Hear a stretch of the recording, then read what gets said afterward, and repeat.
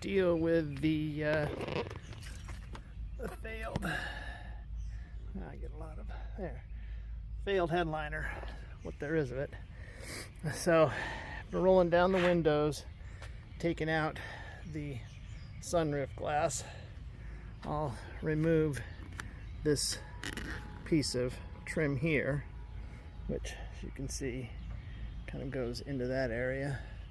I'll remove the latch for the sunroof. I'll remove sun visors and the light console.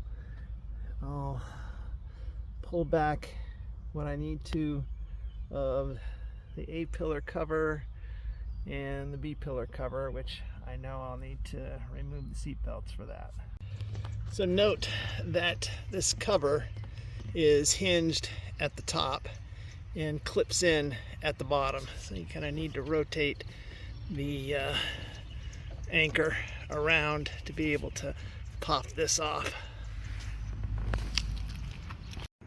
All right, we'll see how this is to capture. So first of all, it was really tricky. You see that this up here, there we go. See that up there, how that wraps around? Well, getting that from around the edge of the A-pillar cover was tough. Really had to force the edge of this down and around. You can see that tab right there. It goes up into a lock here. So I saw some directions about outward and down or inward and down, but it's definitely, I had to get behind and kind of pull down this way to get it to release. That one there, I'll have to take a look. I think it left the connector, the Christmas tree stuck in there. So anyway, it's not easy, especially if it's the first time it's been out. By the way, once you get that loose, this kind of flops forward enough to get out of the way. I didn't really want to take this all the way out, but because of having to get that out, I will. Other side was pretty much the same thing, a little easier. The fit wasn't quite the same. So I've got the visor out. I've got the latch for the sunroof. I'll work on other sun visor and that light now. All right, so this little lens has to come off, and I found that prying at one end with a very tiny screwdriver got that off. Once that's off, there's a screw, a torque screw up there, and also where the sun visor is. Right back in there is also the same. I think it's a 2.5 Torx. So with the holding in pieces out of the way, you can peel away the material, but note that the material kind of wraps up and around this chrome strip, and there is some adhesive there.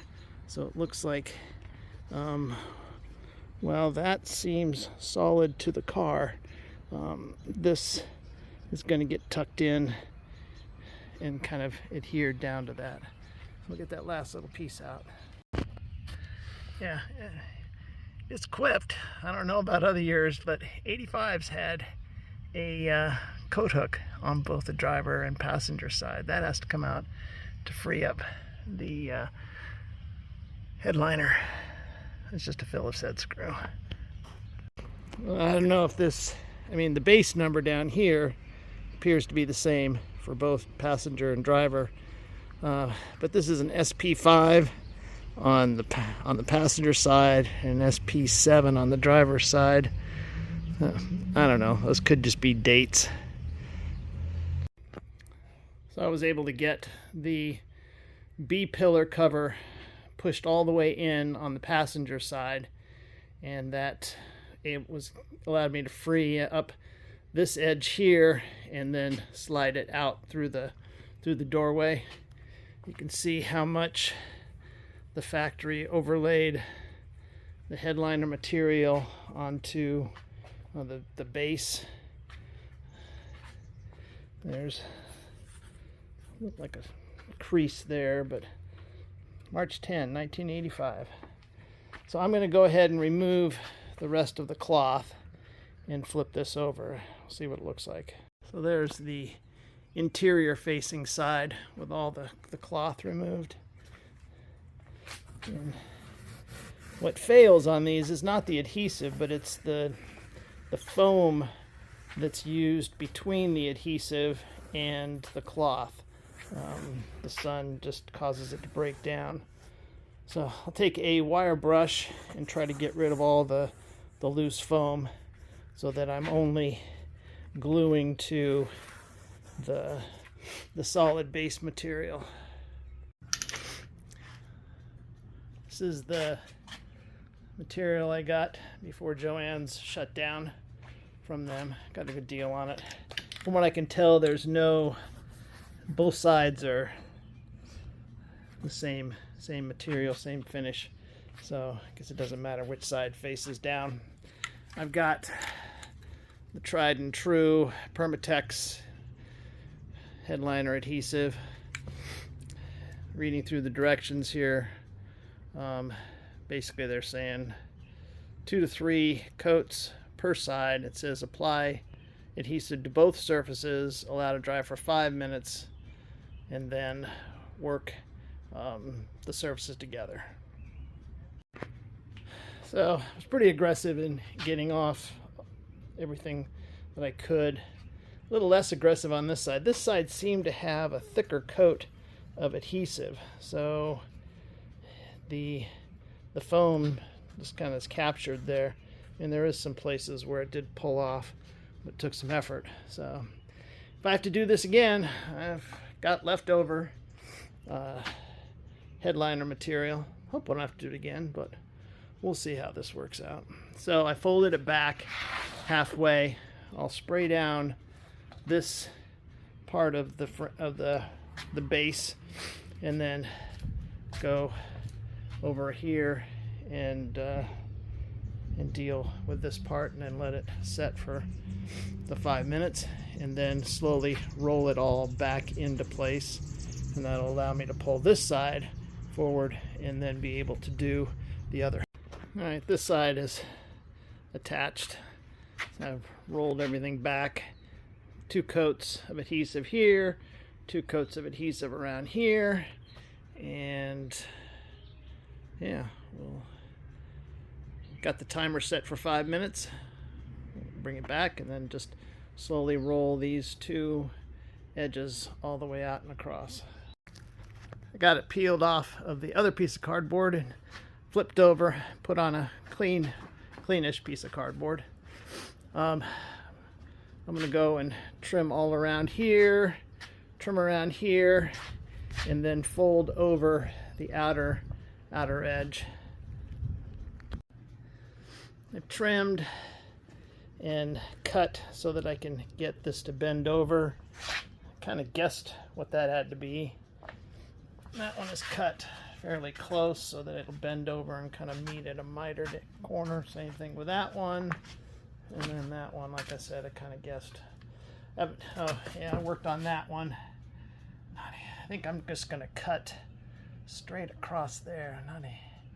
I know that the strip that goes around stops and starts, so it may be safe just to cut straight into that corner and then fold that across. We'll work with that. All right, edges are folded up. Let's see what I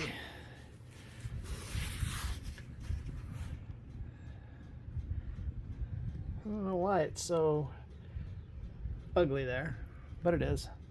Who knows, maybe it'll relax some.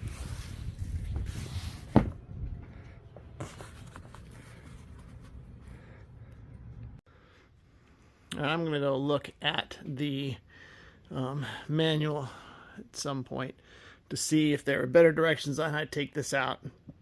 This is the driver's side, and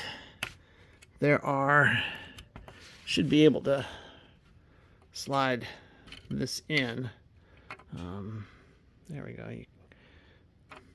Which means that when this came out, I should have kind of pushed it down to take these. But I've removed these from the car body, and I'll insert them so that they'll just pop into place now. But again, this is more for disassembly documentation. You pop that out of the clip that holds it, and then, like I said, it looks like you'll push the panel downward if you can, to be able to get the black clip off of the white plastic clip.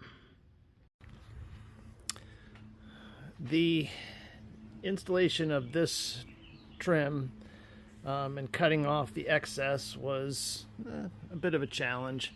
I pulled the headliner cloth up and then tried to use the opening there, the top of the opening, as a trace line, and just ended up cutting that way. But at the beginning I was leaving more and it was harder to tuck in. Anyway, that's what it looks like from the top. More importantly, how does it look from here?